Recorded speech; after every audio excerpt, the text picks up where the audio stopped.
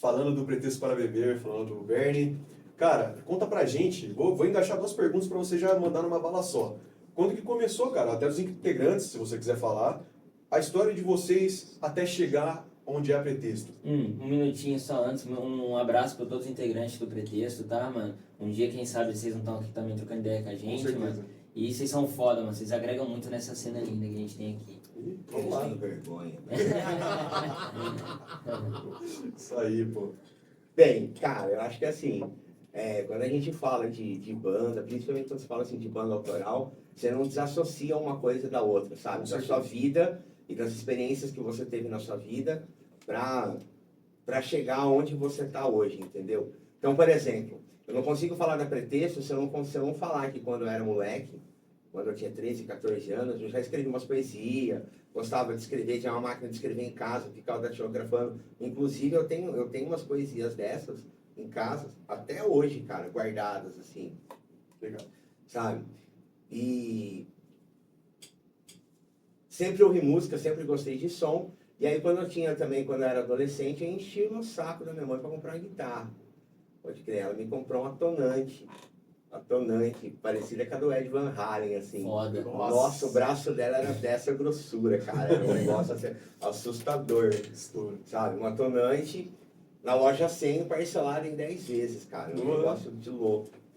E aí eu comecei a brincar, tal, né? Aí eu mudei de cidade, eu saí da cidade onde eu cresci, eu sou natural de Indaiatuba, que era no interior ali do lado de Campinas. E quando eu tinha 14 para 15 anos, meu pai comprou um sítio no interior de Minas. E eu saí da cidade e fui morar no meio do mato, saca? Adolescente, fui criar porco, fui fazer feira. É verdade, Porco, cara. aquela vida do campo mesmo. Vida do campo mesmo, cara. Vida do campo. Peneirava esterco, velho. Carreta de esterco, assim, passava a tarde jogando bosta. É verdade, jogava bosta assim no negócio pra poder peneirar pra jogar na horta, tá ligado? E isso tudo foi se manifestando em escritos, sabe? Escritos e mais escritos, eu dei um tempo. Aí eu conheci uns moleques lá nessa cidadezinha do interior de Minas, e isso é muito louco, cara. Eu conheci uns moleques que também gostavam de música, de rock, e que tocavam instrumentos. E aí foi natural, eu formei minha primeira banda, que foi a Mr. Burns. Isso lá em São Sebastião do Paraíso. E é muito louco, cara, porque isso foi em 96, 97. E, muitas das músicas que a gente tocava no repertório da Mr. Burns são músicas que as bandas cover de bar tocam até hoje, cara. É um negócio assim, Caramba, é assustador, cara. Nossa, mano. Você pensar assim, a falta de criatividade da galera, pode crer. Caramba. Mas enfim. E aí a gente organizou o primeiro show de rock da cidade. Nunca tinha tido um show de rock em São Sebastião do Paraíso. E olha que a cena de Minas é boa, né, cara? A cena de Minas é muito boa. Tem o Black Panther em Uberaba, BH teve Sepultura e Sarcófago, se eu não me engano, é do BH também. Sim, né? Mas, cara, assim, é que ali onde eu tava morando, em São Sebastião do Paraíso, é um negócio muito esquisito, assim, porque não é tão mineiro, é Minas, mas não é tão Minas porque é perto da divisa com o estado de São Paulo, sabe? Tipo, São Sebastião do Paraíso está a 600 quilômetros de Belo Horizonte, mas está a 80 de Ribeirão. Mas era uma cidade agrícola, a cafeicultura era a principal atividade econômica. Então, assim, o pessoal de faixas socioeconômicas mais baixas era o pessoal mesmo que ia para a escola de botina, cara. Era uma cultura do campo mesmo na cidade. Esses caras com quem a gente montou a Mr. Burns era uma molecada mais da grana, que tipo filho de médico, filho de dentista, filho de gerente do Banco do Brasil. Os caras tinham acesso. Eu era o único pobre do rolê, tá ligado? Mas enfim... Como você não virou o cover do Milionários é Rico, semana? Porque, cara... Porque a influência devia ser grande. A influência devia ser imensa, cara. Cara, a influência era grande, mas assim, eu já estava formado. Entendi. Entendeu? Eu cheguei lá Forjou na escola, já. primeiro dia de aula, eu fui com a camiseta do Sepultura na escola, assim, camiseta do Sepultura, cabelo comprido, assim, aqueles raspados aqui, samurai, tá ligado? 2 semanas de aula nessa escola, o diretor me chamou na sala dele, eu não tinha feito nada, ele me chamou na sala dele. Falou, vem cá, você tá vindo de fora aí, você veio veio corromper os meus alunos. Nossa, Pô, caralho. eu juro pra você, É que mano. nessa época o rock era bem vândalo, os caras achavam vândalo, achavam exato. bandido, né, mano? Exato, exatamente. E no fim eu saí da escola lá, eu me formei como um aluno de honra, o diretor virou meu brother, saca? Foi um negócio muito legal, É o que você assim. disse, né? Você chegou numa cultura diferente, né? Exato, exato. Então pra ele você era um vândalo já na cabeça dele. Exato, vinha de fora, paulista, ó o paulista aí, cara, desse jeito esquisito aí, É. saca? Brinco, corrente, Já. deve ser do demônio.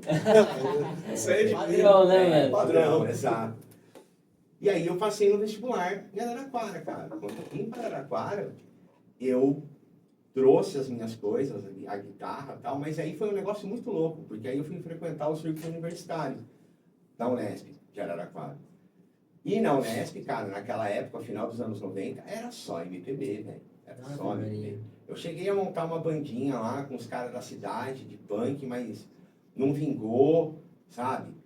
Acabei deixando de lado, fui viver outras coisas, conheci minha companheira, aí a gente se formou, veio para São Carlos, começamos a construir a vida, e aí eu desencanei de tocar guitarra. Desencanei, eu tenho um hiato aí, embora eu tenha começado adolescente, eu fiquei acho que uns 12, 13 anos sem tocar um instrumento. Aí eu estava dando aula numa escola em Descalvado, uma escola particular, e ia ter um show de talentos da molecada. Eu tinha uns aluninhos, assim, eu tinha uma relação muito boa, sempre tive, né, uma relação muito boa com os meus alunos. E os moleques gostavam de som, às vezes a gente trocava ideia sobre banda e tal. E eles falaram, professor, a gente vai tocar no show de talentos. Eu falei, nossa, que legal, cara, o que vocês vão tocar? Vão tocar essa música. Eu falei, olha, que massa. Quem que é a banda? Aí falaram, é o fulaninho na bateria, o ciclaninho na guitarra e a menininha cantando. Ah, legal, cara, não tem baixo? Não tem. Não tem baixista aqui na escola. Eu falei, faz o seguinte, arruma um baixo emprestado com alguém aí que eu toco com você. E aí eu troquei com eles no show de talentos da escola. Na semana seguinte eu peguei um dos salários que eu recebi. Uma escola lá em Santa Rita do Passa Quatro. Passei numa loja de instrumento lá mesmo, cara. Comprei uma guitarra, um amp e voltei a tocar. Aí fudeu. Aí em 2010 já são 14 anos que eu voltei a brincar com E banda. aí, você lembra o que você tocou no seu Talentos? Boulevard of Broken Dreams, do Day. Legal. A gente tocou Rolling in the Deep, da Adele. Olha só, É, mano. cara. Caramba, cara. Rolling in the Deep, da Adele. Substitute, do Jefferson Airplane. E mais um som que eu não vou lembrar, mano. Entendi. Porra, legal, cara. Massa Que demais, da hora, mano. ainda mais com a molecada, né? A mano? molecada, Às vezes né, é, cara? é uma faísca assim pra molecada explorar Pois mais é, essa cena. eu tava com... Fazer as contas, tô com 46. Eu acho que eu tinha uns 38, saca? Não tinha porquê. Mas aí eu passei numa loja lá em Santa Rita, eu entrei na lojinha lá, vi uma Shelter, Les Paulzinha num preço legal, falei, comprei. É que você tá até hoje? Não, ixi. Que eu vi que você tá com uma Les Paul lá. Eu tenho 5 guitarras, né, mano? É uma bosta quando você compra instrumento, toca Grabíssimo, instrumento. gente, que comprar. Se eu tivesse grana, eu teria mais, tá ligado? Mas não dá, mas hoje eu tenho, assim, Manutenção. eu estou muito satisfeito com o que eu tenho. Então vou até me desfazer de algumas delas, viu, galera? Fica atento aí que em breve vai ter Se uns tiver alguma boa pra classificados. tocar um metalzinho lá, você me dá um toque, mano. Pode crer.